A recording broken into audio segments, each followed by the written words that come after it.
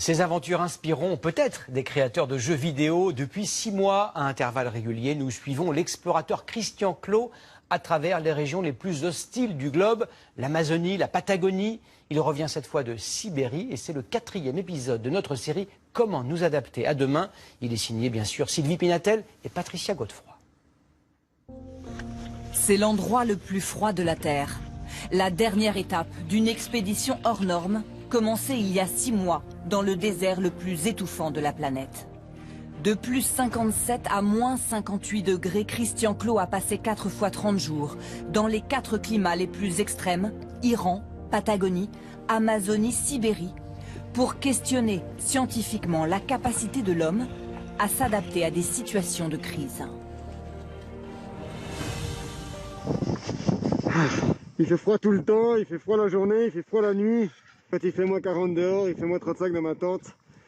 J'ai tout le temps froid aux mains, j'arrive pas à me réchauffer les mains en fait, je sais pas comment faire.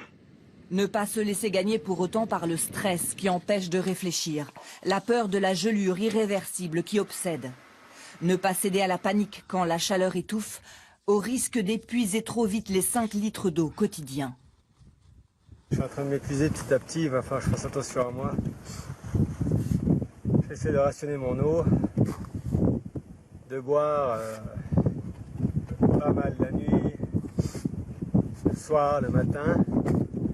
S'il fait frais et que l'eau elle sert à quelque chose. Et surmonter cela tout seul, sans aucun moyen d'appeler à l'aide, et puis apercevoir enfin les fumées d'un village comme une délivrance. Je crois qu'il n'y a pas un jour où je me suis pas dit mais faut que ça s'arrête, c'est bientôt la fin, faut que ça s'arrête, c'est trop dur, c'était tellement dur que maintenant je suis super content d'être là.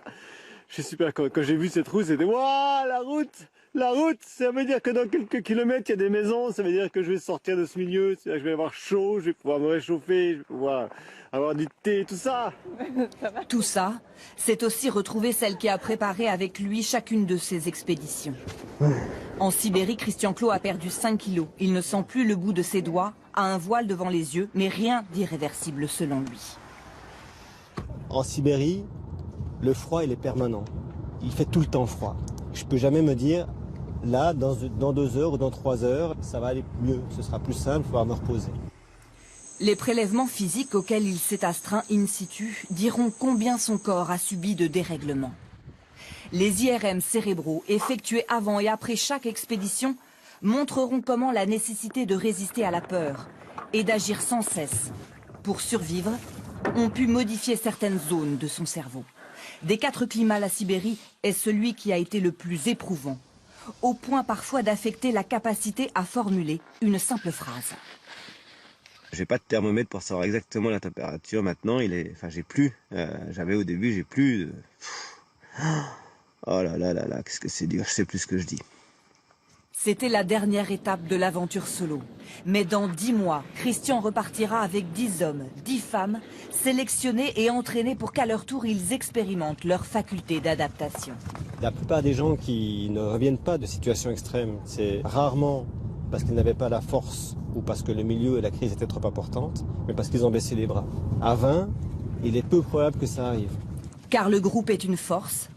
Et il sera aussi pour les scientifiques l'occasion de questionner plus encore la capacité de chaque individu à s'adapter, selon son âge, son sexe, ses aptitudes physiques et son vécu, selon qu'il est accompagné ou seul.